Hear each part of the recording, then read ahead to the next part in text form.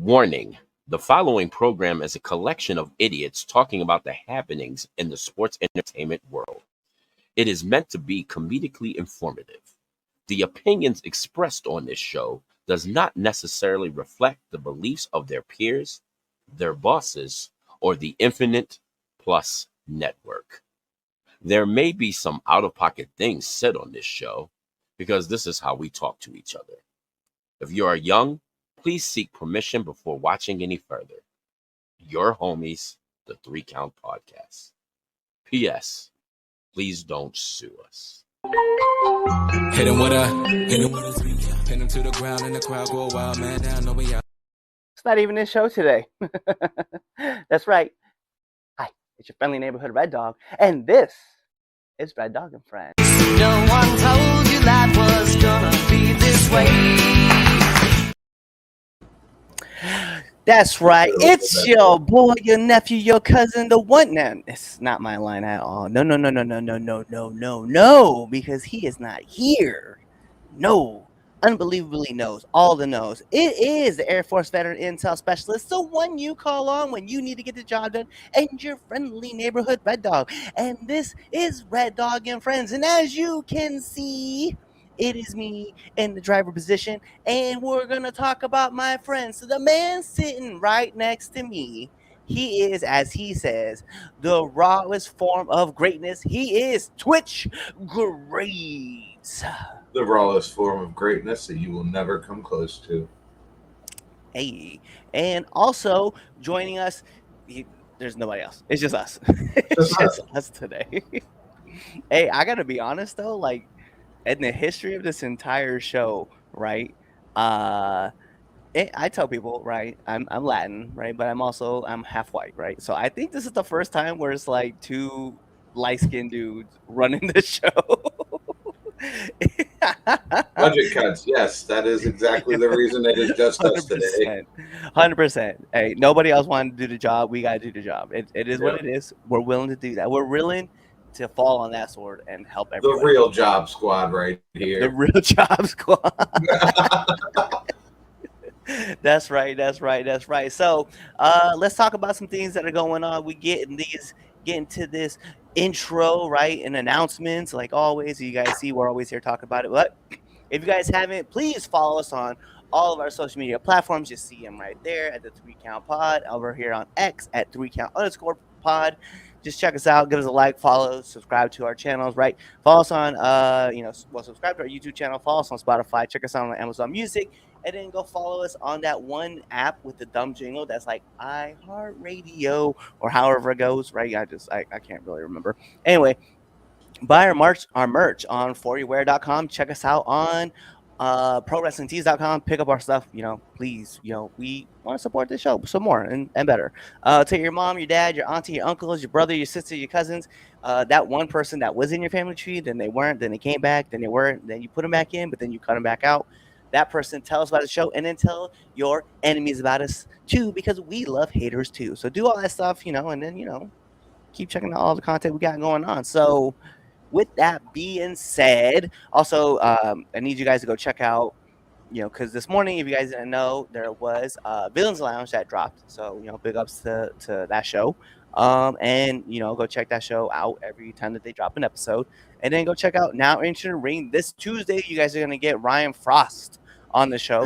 So definitely check out Ryan. It was a lot of fun for an interview. And we're, again, continuing dropping more and more episodes.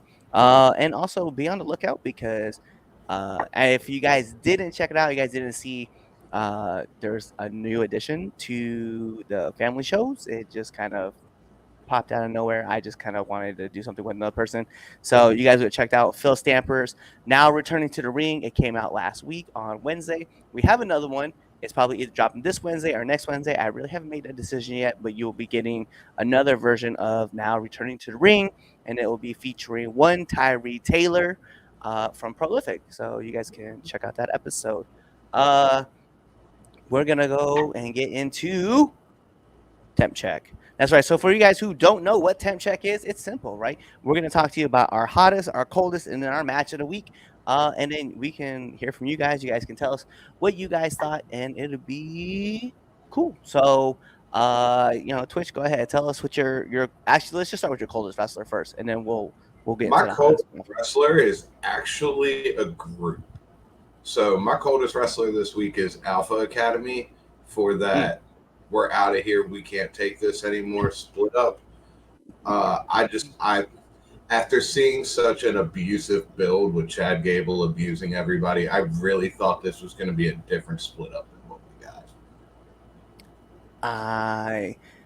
All right, so I'm just gonna agree with you on that one, right? Even though I have another person I'm gonna put in the coldest list, but I do agree with you. Like, it was definitely, I expected so much more to happen with, Gable, especially because we talked about this. But Gable, slapping Akira Tozawa, and you see Otis, like, his head rears up, and he looks over, and he just pushes Chad, and they just all like leave, and it's like, bro, there could have been, you could have built it, and then you went to the back, the locker room, and you're like, "Mer, we're out of here."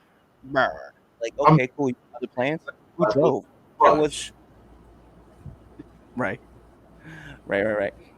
For me, because it's a running joke and no one else is here to carry it, I'll be the one to do it. Bam! This man. For our audio listeners, Damien's favorite. Yeah, it's Damien's favorite. Chris Jericho is going to be that person that is our coldest wrestler of the week. That's a respectable one. Got to keep it running. What about your hottest wrestler of the week? My hottest wrestler will please you and annoy Chaz. It is none other than the Y6. I went back and I watched. So if you watched the Villains Lounge last night, I was very hard on the Y6 debut. But after sitting back and watching it again and again and again, and hearing people talk about it, if this isn't the hottest thing, I don't know what else to put up there. Like, everybody is still on fire about this debut. I would have liked to see a little things different, but let's be serious. It was a great debut for a dope group. Yeah. So the funny thing is I initially was gonna pick the Y6, but I was kind of waiting on you, because if you took the Y6, I was gonna take this other person, and I'm gonna take Jacob Fatu. I was going to take Jacob Fatu. Then I was like, no, I'll do the Y6. Because there's no way that both these debuts happen, right? And Jacob Fatu hits 2 super kicks and a mean ass, and eats a super kick, and it hits a mean ass lariat on KO, and then just completely destroys this trio of, like, hey, good guys, and it's just him. And so big ups to me. From the turnbuckle onto that table was absolutely insane. Yeah, just straight carnage, and I'm here for all of it. Yeah. But yeah, it's hard to argue with the Y6. Had let's just say Jacob Fatu's debut was next week, we would be talking, like, we'd totally be talking about the Y6, because, like, that was such a great intro for them, especially because you saw Jay in a corner, like, waving his hands, and then just, like, the lights hit, and he was like, I'm out. He just dipped not staying around. No. And even afterwards, like, they did the interview, and he was like, you guys, you can have the Fireflies. I don't want no smoke. I don't want nothing to do with it, right? Specific people who are giving interviews, people who are being seen, people who are talking about it on Instagram and on Twitter, like, they all had, like, connections to this group, and apparently they're gonna be doing storylines with the Y6. So I'm like, yo, I'm here for all of it. I'm waiting. I'm hyped. I'm so hyped. Like, everybody's like, well, what's the next thing you're gonna do? Who cares? This intro was fire. I haven't been this excited for a debut since Nexus. Like, I'll keep it 100. The more I went back and watched that debut, the less critical I became of it. Between talking to Damien, talking to you guys last night on the Villains Lounge, and just, really taking myself as, okay, this is what I know about pro wrestling, and just getting rid of that and just watching this as a straight up fan, which I think I have a really big problem doing. Watching this as a straight up fan, it's exciting to see what they do Yeah, and that's where I have to remind myself too. It's just like I want to watch this and critique it as far as like a worker's side goes, but then like I got into this business because I'm a fan, and Exactly. so I pull myself out. But also that everything shutting down, I instantly like perked up, and then hearing the Yeah. note, boom, boom, I was like, oh my god, he's in it, and I got just the goosebumps like racing on my arms. I was like, this is so lit. I'm so excited, bro.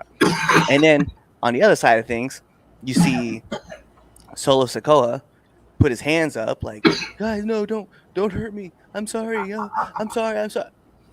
Psych. And then bam, Jacob Fatu comes through and just obliterates everybody. I'm like, bro, pro wrestling right now in the E is at an all-time high. Like, so good. I'm so hyped for it. It's a beautiful and I say this to a lot of people that I know who used to be fans of pro wrestling and kind of, it's not the coolest thing. Let me step away from it. Bro, what a wonderful time to be a fan of professional wrestling. Yeah. And Like, especially, wholeheartedly. that's what I've told a lot of people, because a lot of my friends and a lot of people that I've talked to, they're all like, man, I used to watch pro wrestling back in the day. And I get different generations, which to me is maddening, right? People who are like, I used to watch it and then I grew up, and I'm like, all right, cool. Well, who are some of the wrestlers you liked? And they'll be like Undertaker and Rock and Austin. There's like that trio. And then some people will be like Batista, John Cena, and Brock Lesnar. I'm like, okay, well, you have that era, right? Yeah. I can respect that. And then, some people who are like Roman, Seth, and Dean. I'm like, oh, so we was like kind of a current era, but we just kind of fell off. So Yeah. like to hear people, and then I heard someone say Bray. I was like, well, Bray's brother's back, and they're like, wait, Bo? And I was like the Bo Leave guy. I was like, oh yeah. Oh, Like, yeah. and I was like, you got to watch this intro, and they're like, which one's Bo? I was like, the one in the back. They're like, oh my god. It was like, yeah. The They're like, one with the top hat. the one with the top hat. Everybody's like, this is so crazy. I'm like, I know, bro. Like, I'm here for all of this. So, yeah, like, I'm trying to bring back all those people who are like, I don't want to say lost fans. They were just, they fell out. And I'm like, listen, and the beauty of wrestling too right now is that you can tell them, like, hey, look, you can still watch Rey Mysterio. I just made fun of him, right? But you can make fun, Chris Jericho's still around, right? I was like, and depending on what era you came through, right? John Cena still shows up every once in a while. The Rock has shown up a couple times. The Rock was just back for what, a 3-month run? Yeah. I was like, did you like the American Dream, Dusty Rhodes? Well, you can check out his son. Like, Cody The is wrestling American right now. Nightmare. Yeah, the American Nightmare. Like, it's such a great time. Oh, you're a Ric Flair fan? Oh, you should check out his daughter Charlotte. She's here. So to me, I'm trying to like bring back all those like past fans and just like show them like, hey, this is something you might want to check out. Yeah, And this is the time. yeah.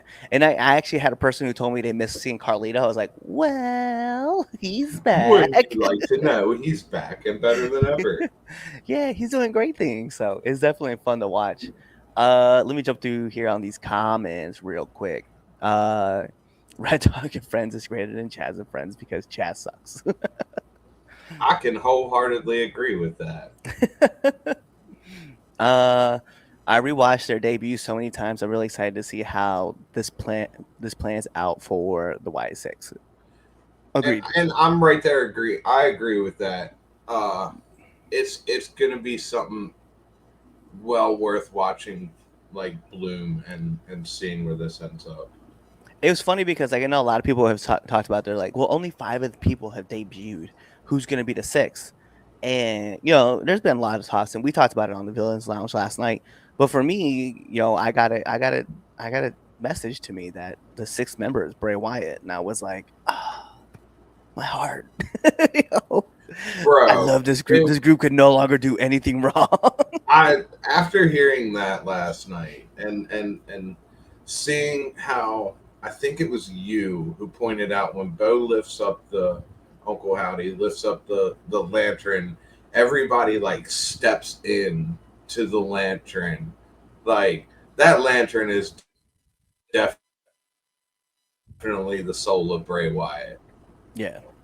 Yeah. And what I love too was I like support that. when the door busted open, that light, that was the same light that they used when Bray showed up at Extreme Rules. So when they had that and then they cut it out, it was supposed to show like the new turning page. And I was like, oh, I'm here for all this. And then the lantern. And I was like, my heartstrings. My heartstrings are getting pulled right now. It's a great time to be a fan of professional wrestling right now. It's so many options out there right now. It is. It is, especially if you're just like and we'll call it a top brand person, right? Like you're into like WWE, AEW, we'll throw Impact, TNA, in that. And then from there, like as you start digging more and more and more, you're starting to see like all these other wrestling promotions that you can fall in love with. I throw out one all the time to people, and it's kind of hit or miss with them. But if you guys ever get the chance to go check out a promotion called Old Time Wrestling out of Ohio, uh, all their characters are 1930s characters. So like, What? yeah. So like, recently, the last show that I checked out, Ruby Soho worked at the show, and she I was love Ruby her. Ruby the Riveter, and she had the bandana tied up with the suit, and she was doing the pose like Oh, that is. Oh, I need to check this out. You're yeah. gonna have to send me this. I got you. And then there's like another promotion up here in Massachusetts, and I be sharing all their stuff, and they kind of get thrown off a lot, but they're at a Tewksbury. They actually work with New England Pro Wrestling Academy. It's called Rad Pro Wrestling, and currently they're in year 1995. And like the latest poster that I saw was just a straight pull from like Alter Beast from Sega Genesis. Nice. I was like, yo, I'm here for all of this. Bro, So I I get love so it. excited when I get to see like wrestling that's like coded in another universe. I'm like, this I is like when I get to see wrestlers who have one side of them that is serious, like Ruby Soho, for example. But then she also has the ability to go to this other promotion and just relax, play this off the wall gimmick. Like I like it. I like the cosplay shows. yeah. Well, and then like what is there? There's like is it Big Kaiju Wrestling that Big Kaiju Wrestling. they Yes. wrestle in a town. Like, they destroy a little city, and then I think Freddie Prince Jr. and Macaulay Culkin are like doing their own promotion, and it's based out of like breakfast foods. Like, Bro, if there was ever anything that could be more weird, I wow. it's a whole breakfast promotion. Like they have like the sausage versus like eggs. Like I've heard like some pretty wild ones, like I forget, man. There's like one like the cereal man and all, like no, he's called the serial killer. That's right. And he's a box of cereal. Oh my god. Yo, I've been playing around the indie game a little bit too long, because like now I'm starting to see promotions. I'm like, I really want to see what this promotion is about. Like I really want to be involved in that promotion that like If I I get to ever wrestle. see you come out dressed up as a big red dog, I'm just saying, I know where you went. I'll be like, hey, like I want to come into like I want to come into a promotion, like especially a place like that, and just be called the Red Spoon, and just look like a Dairy Queen spoon, like it just run I love around it. like I love it.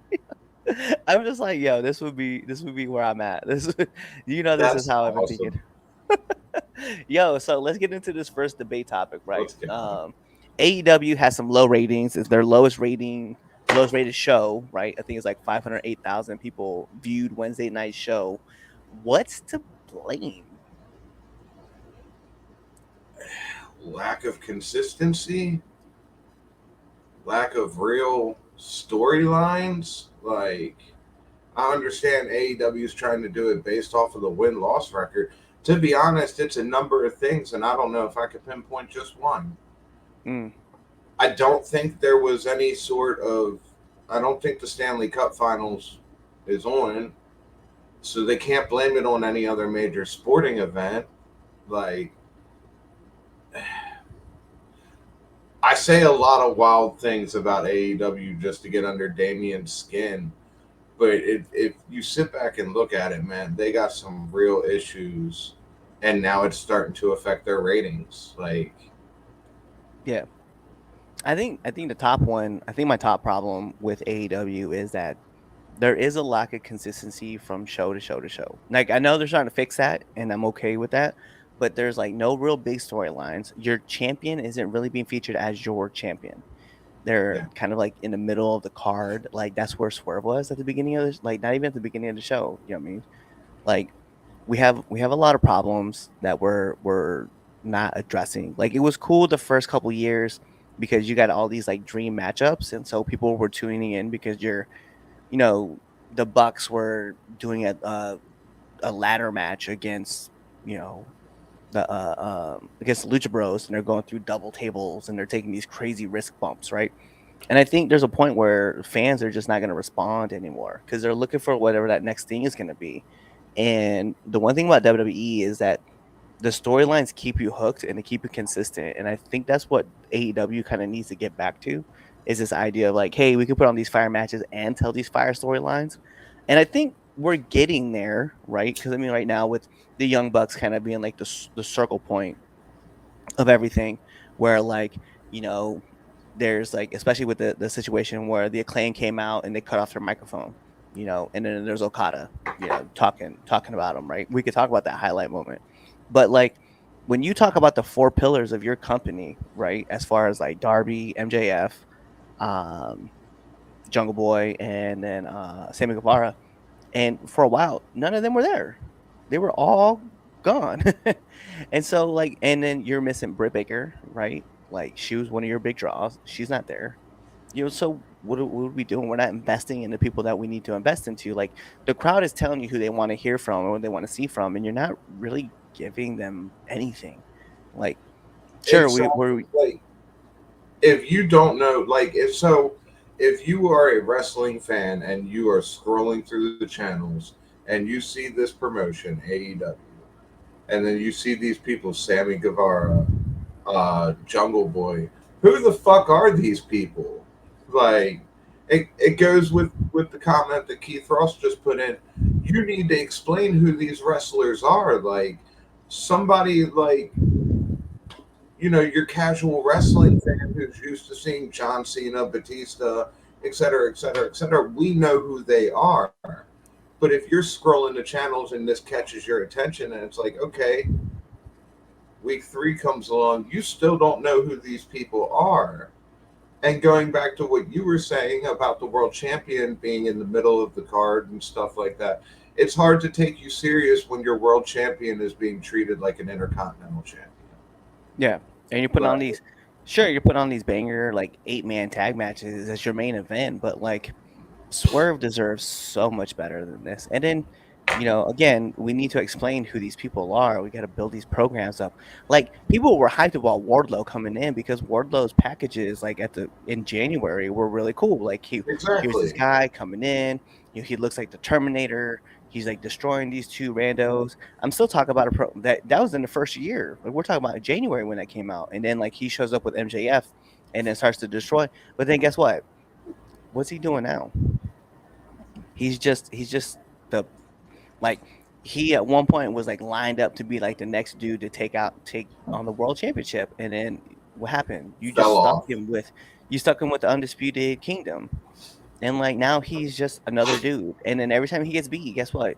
We just stick him with a bunch of jobbers for like 6 weeks while we spin the wheel, and then he goes and takes on somebody and then loses. Like it's not the way that we want that build up. We want to see someone like Wardlow. Like fans were behind him, like hot behind him, and then all of a sudden it just faded off. And you will always have your AEW diehards. You will. It's how the wrestling world is. You will always have someone that says this is better than that. But I think we're entering a point where Tony needs to start looking for a booker elsewhere. Maybe we need to see less of Tony. I know this is the horrible name to bring up, but after a while, we started seeing less and less of Vince McMahon. Like, how often during 2010s were you seeing Vince McMahon? Yeah. Like you don't see him as much. And granted, we're not seeing Tony as much, but I feel like Tony needs to start taking control of his company back and, actually hiring real bookers. I get that the Young Bucks are EVPs and shit like that, but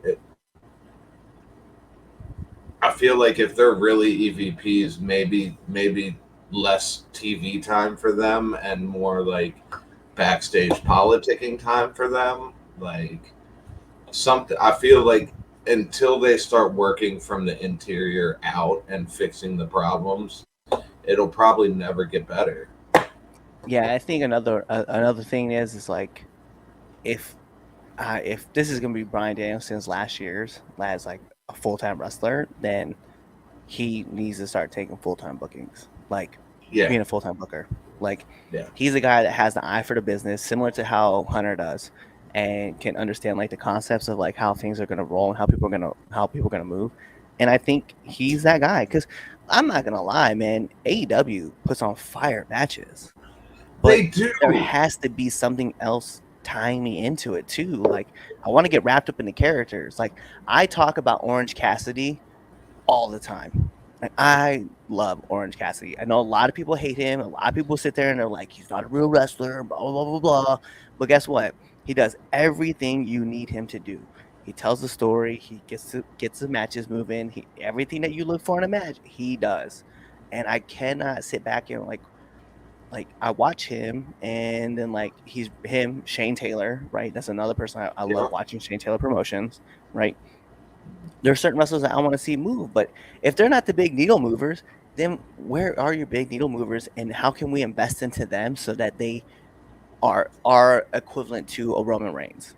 Another problem with that though becomes all of their big needle movers are constantly hurt. Like Adam Cole, hurt. Britt Baker, hurt. MJF just came back from being hurt. Darby, how he's not dead? Like, at what point do we say, okay, we saw 5 years worth of anarchy in the arena. Maybe it's time we don't do that anymore just to protect our talent. Like, for 5 years, I feel like AEW has had a real big problem with injuries, and I feel like until we get rid of the dumb shit, it's not going to happen. Yeah.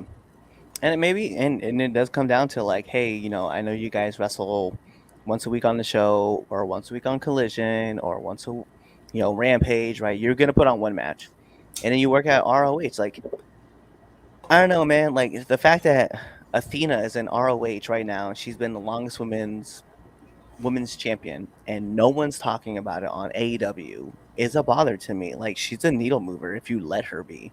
We see Mercedes Moné like tearing things up like on she's got these promos and stuff like that, but the crowd is really kind of starting to turn on her and they're still trying to push her as a babyface. Flip her to a heel, let her just talk shit, let her just do these things. But we have all these pay-per-views where we have these mixes going on, right, where we're introducing tons and tons of titles. That's another point that Keith brought up, right? And I'll bring his comment up so you guys can see it. Yeah. But there's too many belts. Like everybody has a title, right? We have TBS, the TNT, the women's, the men's, the tag team, the trios, the ROH trios. We have the ROH women's, ROH, the FTW. Yeah, FTW. Like, yeah, way too. And I get it. ROH should have like their own trios title, their own women's title, their world television title, the men's heavyweight title. You should have those titles, but they should strictly, if the team wins it, they should strictly be on ROH. There's no reason for the Bang Bang Gang to hold both the AEW trios and the ROH trios. It's not necessary. No. Like, let somebody in ROH run that title.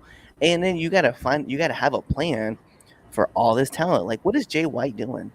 Like, Jay White he cuts great promos. He's a great wrestler. What are we doing? What are we doing with him? Wasting away. You have him, you have Okada, and then you have MJF right now. Top 3 wrestlers and mouthpieces, right? Swerve, another person. Great worker, right? great on the mic. What are we doing? What are we doing with what's the end goal with these guys? What do you want to accomplish? Like, how do you want the people to care, right? Something has to happen. Like, and your guys, like, this is another thing that I'm nitpicking at There- with AEW, and I apologize, and I know this is gonna hurt somebody's feelings, right? But yo, not everybody needs to fucking not sell their size. Brian Cage is a big ass dude, and at some point in time, in the first 5 minutes of a match, he should not be bumping to somebody. No. Like, and I don't want to sound like mean about this to Darby Allin, right? Creatively, often- you can find a creative way to get him to go down. Hey, by all means, but like, hit him with a drop kick or shoulder tackle. It's like, why? How often during the Attitude Era did you see Kane bump? You really didn't. You really didn't. Big Show, the Giant, like the list goes on. Giant Gonzalez, Andre the Giant. Like, you're a big guy. Act like a fucking big guy.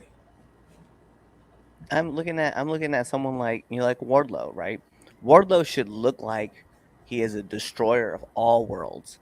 And like, when I see him, somebody hits him with like a clothesline, and then he goes down, I'm like, why? Bro, you're as big as a house. Like, why are we going down? Like, Shane Taylor, they do some creative, because he doesn't go down. Like, if you watch how he works, he doesn't go down. He'll go into a buckle, he'll fall into the ropes. You might knock him off, off But balance. he never really. He never goes down. And when Yeah. he does, it's a big deal. Like the match with Keith Lee, right? Like, those two dudes were just hitting each other, and they were looking like they're rocking each other, and nobody was going down. Even at their hardest blows that Shane Taylor was throwing, like, guys were just not going. Keith Lee wasn't going down, and Keith Lee was hitting, Shane Taylor. He wasn't going down. It was just great storytelling. But sometimes when we get these guys who are, and I don't want to say smaller dudes, but smaller guys, they hit one move and then the guy goes down. And you're like, why? Why are you going down, bro? Like, Keith Lee is a guy who sells his size. That's what always wins me over with Keith Lee. But yeah, you're right. Like, how many of these guys take a super kick from somebody the size of Nick Jackson, and it's like they're taking a stunner from Stone Cold? They're just, it's all over the place, and the big guy's down off of a move that really shouldn't have done anything to him. Like, it's just, it's hard. It is. And then, like, all these other, like, and the women's are doing such a great job of having these fun matches that are hard hitting, and we're not taking time to invest in them. Like, people want to be invested in these storylines that are going on, and you're really not giving us any reason to go through and watch all the way through, right? Like, we're gonna watch. Hopefully, we'll catch our favorite segments. We're gonna watch the top of the show because we want to see what you're gonna talk about. But as soon as, like, look at the build up that you have going on with Willow and Chris Statlander, right? Mm-hmm. And Mercedes Moné doesn't even have to be on the show. She's the champ. She don't have to be there. She got her storyline going on right now, right? Where she's gonna have her match, and then Toni Storm has her match going on. Like, cool. Now we have 3 great stories. They probably should be featured a little bit more, like, on your show to talk about. I feel like it's like that point where excuse me. I feel like it's at that point where WWE struggled to promote their women. I feel like that's the, like, time frame we're in with AEW right now. Because, yeah, like you said, Toni Storm has an amazing storyline going on right now. She is an amazing worker. Why are we seeing her once a week for like 3 minutes? Yeah. And a big ups to them, though, because they may get 3 minutes on the mic, but they all that time. All of it. For it.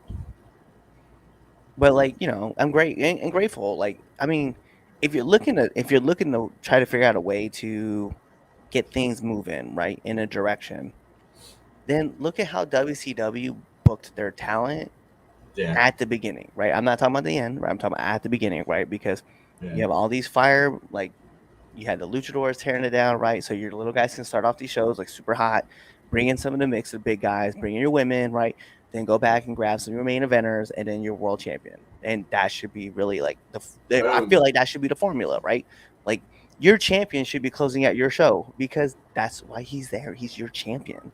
So I'm so confused about like what's going on. Unless it's a bigger story going on than your champion, then your champion obviously can go, co-main event, and your main event can have the bigger story. But I don't know, man. Right now, But who does AEW have right now that is bigger than their world champion? And let's be serious. Like, I don't see MJF. anybody. I mean, MJF, you could argue that, yeah, but Yeah. I see MJF being world champion here very, very soon. Me too. But you have MJF, you have Will.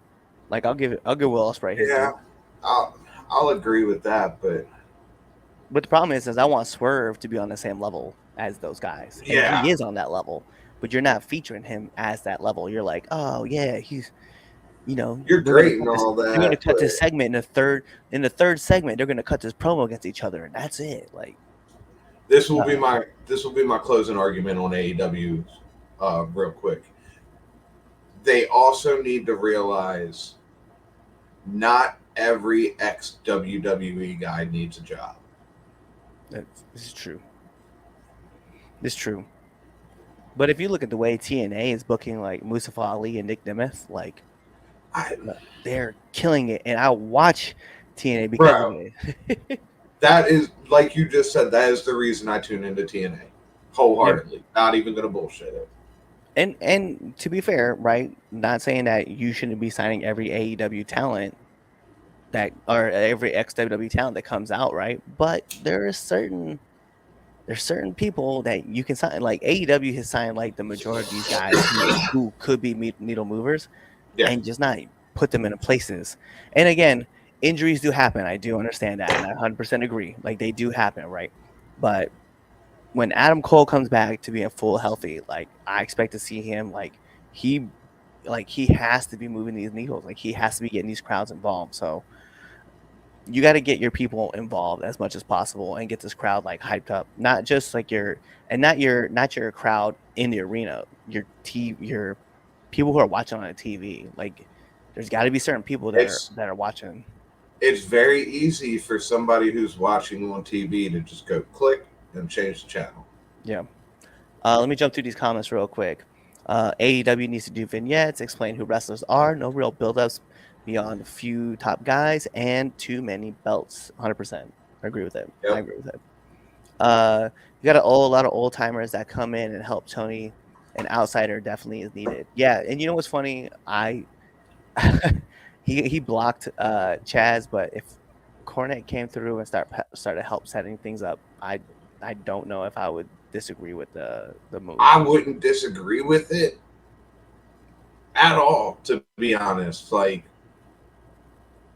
AEW needs somebody like with his mentality to come, not so much his mentality maybe, but his wrestling knowledge to come in and be like, okay, enough of this shit, but we're going to start doing this shit. Yeah, 100%. I agree. Belts need to mean something. Brian Cage should be top guy in ROH. You know what? I agree that belts need to mean something. I don't know if Brian Cage would be the top dude that I would go with. As long as Shane Taylor's there, I would say that Shane Taylor needs to be that guy. Because STP, listen, and I can't be the only one that says this, but I watch Dynamite or Rampage for STP. That's it. Okay. And I know I'm 100%. I know I'm biased. I'm 100% gonna say that, but like I want to see where those guys are because I want to watch their stuff because they were putting on fire matches with Moxley, with Bryan Danielson. They were putting on fire matches with Will. You know what I mean? Like, again, Keith Lee, right? Another matchup. Like, those guys need more screen time because the other part that AEW hasn't done yet, they haven't made their own star. That is something that really rubs me the wrong way is, and it goes back to what I'm saying about not every WWE guy needs a job. No, you can't forget your homegrown talent. And I feel like they have forgotten a lot of them. Yeah. We're gonna move over here, and if a guy is a great worker but can't talk, bring back managers, 100%. Not hype man. If a guy is a great talker and average worker, put them with people who can carry them and teach them. I 100% agree with that comment. Yeah. 100%. Swerve needs a meaningful feud too. Yeah, so the first feud that you gave him right off the rip was with Christian Cage, and I don't have a problem with that because I think that's definitely necessary. Like especially after the big feud with Samoa Joe, I loved the fact that they put him with Christian, but after that, like you put him with Will, like Bro, that's a no win scenario. yeah. You're You killing. want to talk about being booked into a corner, like Yeah, you're you could have fucking totally somebody. had Will thought that he won the battle royale and then had him get thrown over, and Yeah. then some heel is the one. Jay, like you know what? I'm gonna go to this next one. Pull out Jay White should be in this spot as the top heel. Jay White should have been that person. Jay White should have been the Thank person you. to take on Swerve first. Well, after Christian Cage. Like Me just and Damien had a real long conversation about that, and I felt some type of way that it's not Jay White at the moment. Yeah. Jay White's a But great it is. talker. He's a great worker. You know, you can bring out either the best or the worst. And Swerve, I just think it's necessary at this point. Like you're making Swerve look like he needs to be a heel against Will, and it's like, nah, man, we don't need all that. You got Jake Roberts on a payroll. I'm sure he could help with stories. 100%, I agree. And yeah, you might have lost your talent, as in like Arn Anderson. I think Dean Malenko just recently retired too. You know, like sure, Isn't Dallas still there though? I think so. Like Keith was saying, you got Jake Roberts there. Dallas is still there. That's Diamond Dallas paid for everyone who doesn't do DDP yoga. I think he's still there though. I'm not sure, but it's like you got a bunch of dudes that are on this, a bunch of older dudes are on the payroll, and you got a bunch of younger dudes who can tell great stories. Like you should definitely be able to like encourage this happening, right? And sometimes, right, you just need someone who can have control of chaos. I think Christopher Daniels should be that guy. Like, Bro, look what he did for TNA. Yeah, no, he's so good. Bring in Scott D'Amore. Yeah, like he don't got a job. Yeah, we're gonna put that oh, up there. look at that! I didn't even see that one. Yeah, you got Dutch Mantel out there to help you, and even Russo. I don't know if I would agree with Russo. Yeah, Russo. I mean, segments maybe 5 minutes, but everyone would get TV time. Yeah, probably. And I mean, you could bring on a couple. You know what I mean? I figure you probably have like 4 or 5 matches per show on Rampage with 2 hours, and then in there you could fill in with like screen time, and then promo here, promo there. Thanks, thank you, camera, for turning off on me. That was weird, and it's still not wanting to turn on. There we go, and off. The Wyatts have taken over. I don't want the smoke. I don't want to smoke either. Just be nice. I'm trying to be nice to you guys. I'll put you over too. All right, so let's jump into the second part, right? We're gonna talk about SmackDown. We were just talking about this man earlier as my hottest wrestler of the week. Jacob Fatu just made his debut on SmackDown, injecting new life into the bloodline. How do we feel about that? Love it. Love everything about this. Wholeheartedly love it. Like we said last night, he is in phenomenal shape. Like, wholeheartedly, he looks like a completely different person. He is a phenomenal talent. We all know that from watching him on the indies with MLW and so on and so forth. But man, this is just, I love everything about this. I was getting very stale with the Bloodline storyline, but now that we have like this issue with Solo being the head of the table and the Tongans coming in, and now Jacob Fatu, I am wholeheartedly invested back in this. Like, Jacob Fatu being there is just, it is It is beautiful. Everything about it is beautiful. He is going. He's just. It's going to be fun to watch where this goes. Just like the Wyatt 6. I'm invested in this one. Yeah, you definitely injected some new life, I guess new blood, we'll call it, into the bloodline storyline, into WWE. I mean, like you said, right? So Monday night we got the White Six, and on Friday we got Jacob Fatu, and into the storyline, man. What we're getting now is like you're starting to see like pieces put in place of what could possibly be coming to, right? Whether it's like we're seeing a storyline of where it's going to be bloodline versus bloodline, or we're seeing the storyline of you know a total takeover of the Samoan dynasty. We're getting something. We know we are, right? And it was funny because last night on, if you guys were watching the Villains Lounge on Twitch, I said that I thought maybe there's a possibility that we're gonna get Haiku Leo. Actually, I think we talked about this afterwards, but I was We thinking that talked about it afterwards. Haiku Leo and the rest of the Solo. bloodline. Yeah, Solo was gonna get kicked out, and it was gonna be Roman, Jimmy J, and Solo versus Haiku Leo, Tama Tonga, Tamaloa, and Jacob Fatu. But there was something else I thought about, and I was like, what if, right? What if, and this is a long what if. What if Solo doesn't get kicked out, right? Let's just say you have. That was my theory to begin with. Yeah, let's just say Solo stays, right? And then you run with Solo, you run with Tama Tonga, Tamaloa, and Jacob Fatu, right? And on the other side, we have Roman Reigns, Jimmy J, and The Rock. I don't know about that one, but hey, man, I respect it. Yeah, I'm just saying. I respect it. Where would Haiku Leo be? Hey, my man Haiku Leo will be coming in and just damaging people at the end to help make sure that Solo stayed on top. Oh my god, bro! Yeah. Oh like, there's so much God. possibilities. Like, you can always bring Rikishi back, right? For one, like, not even one last run. He could just be like the dude there. Like, I am really, and this is if I should probably wait to say this, but I'm just going to say it now anyway.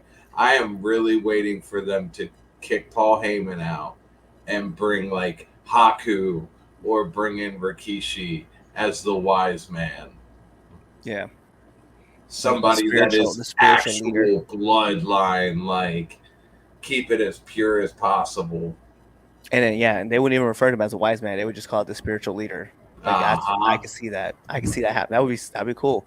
But Jacob Fatu is such an interesting cat too, because like, he's just the Samoan werewolf. Like, my man is just a beast. He's just a straight monster, right? And I love the aspect that we're bringing in all these dudes who are just killers, right? Just straight, wholeheartedly, as some people in the E will call it, thugs. But like Haku Lee, Tama Tonga and Tamaloa were both described as dudes who like, hey, there was a reason why we didn't bring these guys in, because there's some bad dudes.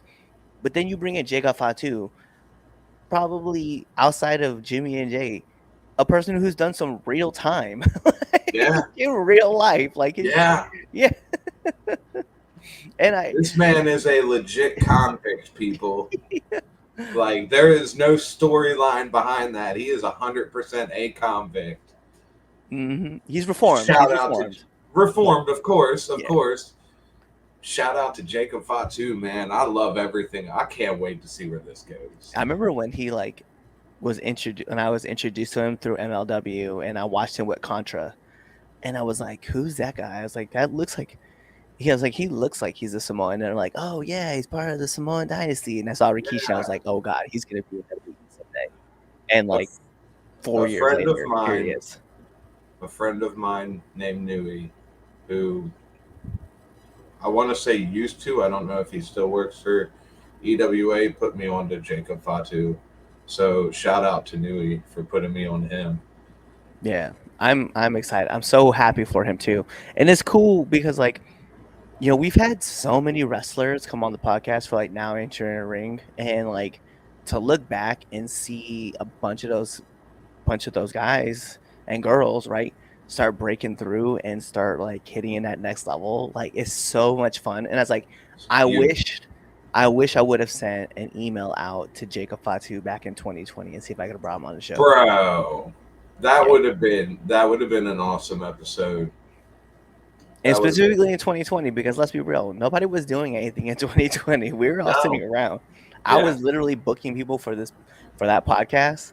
And Well, I was in Florida, so we were kind of living life. But I brought on TJP because of yeah, I remember 2020. that. Yeah, so I was like, bro, I wish I would have. That's when you got Willow Nightingale on too, wasn't it? No, so Willow would have been last year, the year before. Oh, okay. Yeah, actually, her story was pretty funny too, man. Just like, and that's why I'm so happy seeing her, especially former TBS champion, former NWA and NJ PW women's champion. You know what I mean? Like strong women's champion. Like, I met her in a locker room, and I was like, listen, I'm gonna get this once in a lifetime opportunity. I was like, I'd love to bring you on the podcast. And she was like, okay. And then like I met her again randomly a month later, and then we got it booked. And then like a week later, she met my daughter for the first time. And like then she was like, oh, your daughter's so cool. And then like from there just kind of took That's off. awesome, So I was man. like, yeah, we had it was a cool relationship to kind of help build up. But back to Fatu and seeing this man, I just want to see him kicking more people's heads off. That's all I want to see. Bro, just let him be Jacob Fatu. Don't try and sugarcoat it and make it as extra as humanly possible. Just let him be the Samoan werewolf. It will work, I swear. Yeah, he's gonna be a complete nightmare for everybody coming up. And you know what? Big shout outs to Hunter for taking a chance on everybody coming in. Yeah. Like I 100% love it, right? Because I know like these may not have been guys that Vince McMahon would have taken a chance on. Like, let's be serious. The Gorillas of Destiny, the Tongans, whatever you want to call them, they're not really media friendly. Like, you can look up Tama Tonga on any NJPW interview, and he is fuck this and fuck that, and I'm gonna kill you, and your wife can watch. Like, yep. So yeah, definitely shout out to Triple H for taking a chance with these guys. So normally this would be about the part where between you would have seen Damien's Dumbass of the Week, but Damien's not on the show. Chaz's Fave 5. I thought that was just a birthday thing. We were talking about this before. Yeah, right. he wanted to do it again, but he's not on the show. He's booked. Shout outs to Pure Ignorance running on Let Them Cook right now for Fight Club Pro Wrestling. Shout outs to those guys too. Sweet shout out. Yeah, big shout outs. And then also shout outs to those guys that they were on EWA last night too. So nice. Yeah. So Pure Ignorance been right around this weekend. So big shout outs. And then Chaz will be back next week too. So we're gonna jump into the third debate topic. This is kind of an interesting one because this is one that Chaz really want to talk about, but we're gonna go ahead and talk about it here. It was recently said through a lot of IG stuff with MVP, right? That Triple H didn't want to bring back the Hurt Business. Was it good or bad for MVP to put that information out? I think okay. So I saw this and I read the comments and all that. It really. So this just to me personally, this looked like a person who had their time, got let go, and just can't really let go of the fact that it's over. Like, I like the Hurt Business. I was a fan of them. I think that it was a great stable. But at the same time, it ran its course. Like, is it worth being butthurt that he had the opportunity to do it and not bring you guys back? Probably not. I gotta agree with Triple H and not bringing them back. Like, like I said, it just, to me, it ran its course. I think the problem was is that it didn't get a fair shake. It was over 2020, right? Probably, VKM is looking for something to like that can get people talking, right? Yeah. Bobby Lashley and MVP together. Then they get Shelton Benjamin and they bring in Cedric. And like they really never had that momentum behind them. I mean, I know Bobby won the title, right? Yeah. And he was like the big baddie, but like they never had a full run. They never got a real chance to like. It was like Retribution, right? Yeah. It never got that. It never got that impact that it really, really deserved. Um, so it was just kind of odd. But like for them, when we all kind of like clowned about it, like, oh, we should get the Hurt Business 2.0, and we all legitimately popped when we were like, yo, we should get like the Street Profits with like Bobby Lashley and like Omos, and we could do like Ricochet too, or Carmelo Anthony, right? Or Carmelo Hayes. Carmelo Hayes. Yeah, you did the same thing I did. Yeah. Carmelo Hayes. Like you get those guys involved. Like now we've got like this whole new dynamic of like what the Hurt Business could look like, right? And then like the old Hurt Business could be like, Shelton and Cedric be like, no, we want to get in this too. And I'm like, nah, bro. We moving up and moving out. Yeah, we trying to upgrade the group. And I think that would have been cool. But I feel like the problem is that with a lack of fans, there's a lack of interest in them. And then when you started getting fans back, there was other things that the fans wanted to see take off, like like Bailey's heel turn. Like they really wanted to continue to boo her. People were trying to get behind Drew McIntyre, right? On NXT, you had the Undisputed Era, just like chop and shop up. So I think it was a a time full of bunch of stables. Yeah. And it's like they just fell short of what could have been.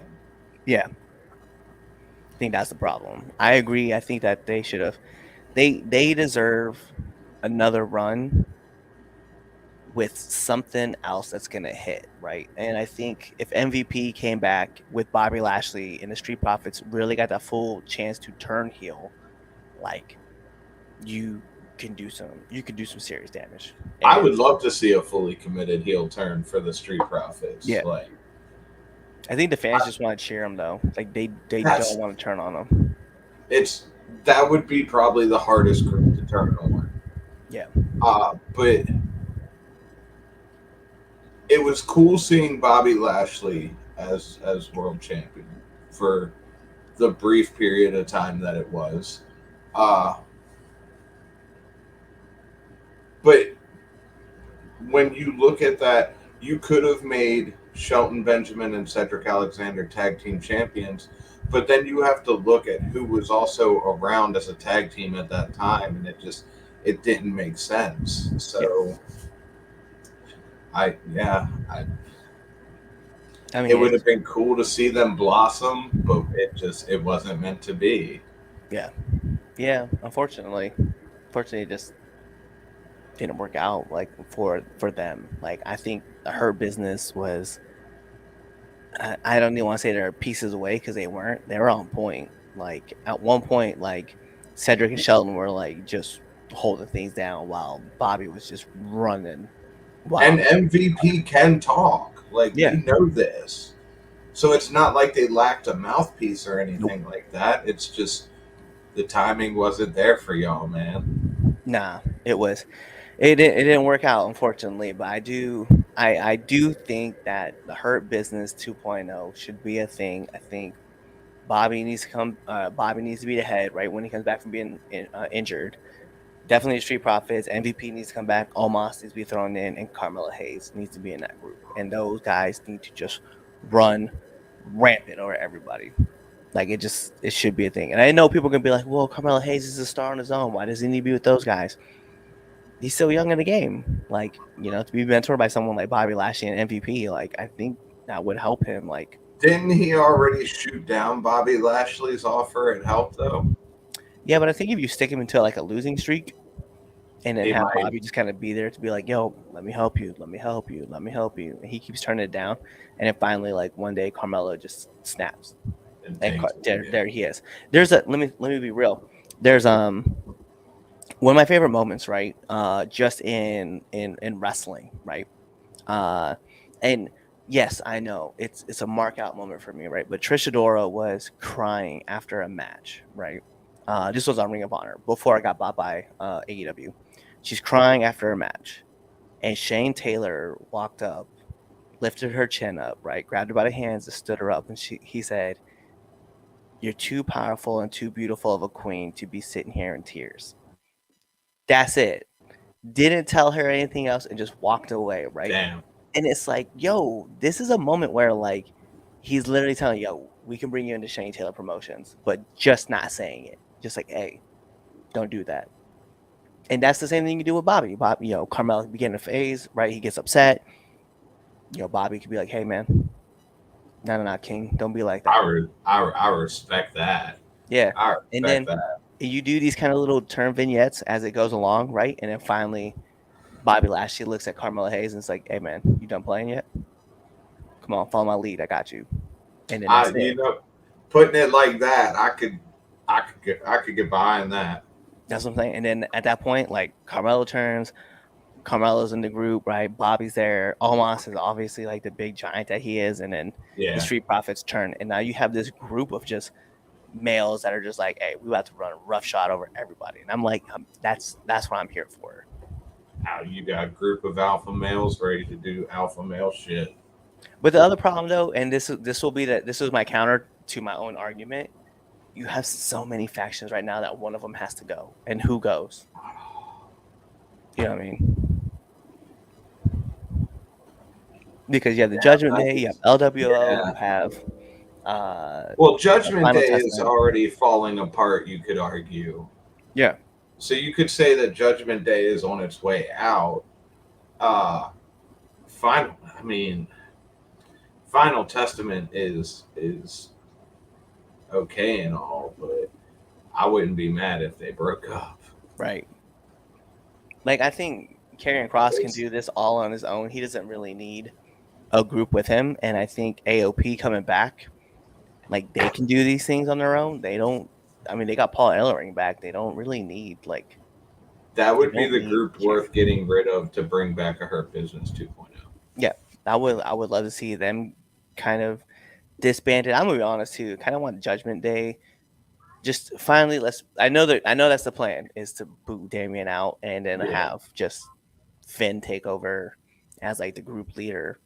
But like, it's just time. Like, we gotta get that. After this match, hey, it's halftime. Yeah. Like, I would want to see like a second run back of like the winner of this match gets the last spot in the TLC match or in the Money in the Bank. Have it be Finn and have Finn win. And then Finn tells them like, I'm not gonna cash in on you, man. We're family, we're brothers, blah blah blah blah blah. I got your back, like I said. And then cash in on him. Yeah. You cash in on him. I respect that. You take the title. And you take the title at like, I don't know, Survivor Series. But a War Games or something to that effect. A random PLD. Shit, the Rumble. That way Damian Priest has to like go into the Rumble to win a shot to try to main event WrestleMania. LNSL. There you go. See, we have plans. There you go, Hunter. Just for you. We have odd plans that we can throw together too. We can do this shit as well. We can do it too. Hey, so you guys, if you guys hung out with us this long, thank you for coming along. I'm not gonna give you guys, trophies and viruses and achievements like Chaz does. I definitely appreciate you guys coming, hanging out with us, talking with us. Right? We definitely we love it when you guys come and drop your opinions, drop your comments. We get to respond to them afterwards. So if you guys are here with us live, or you're even checking us out afterwards on YouTube, on Facebook, or whatever, right? Definitely leave your comments in, give us those likes, give us those shares. We appreciate all of that. But like every great part of a wrestling match, we got to take this home because this is Red Dog Friends. I know the sign says Chaz and Friends, but don't worry about that kind of stuff, right? You guys, make sure you guys are checking us out on all of our social media platforms, or even follow us on YouTube. Subscribe to our YouTube channels, right? Both of them. following us on Twitch, you're checking us out on Spotify, you're checking us out on Amazon Music, you're even peeping us on that weird app with the dumb jingle that goes iHeartRadio or however it goes, right? You're buying our merch on foryourwear.com or you're picking up our merch on prowrestlingtees.com.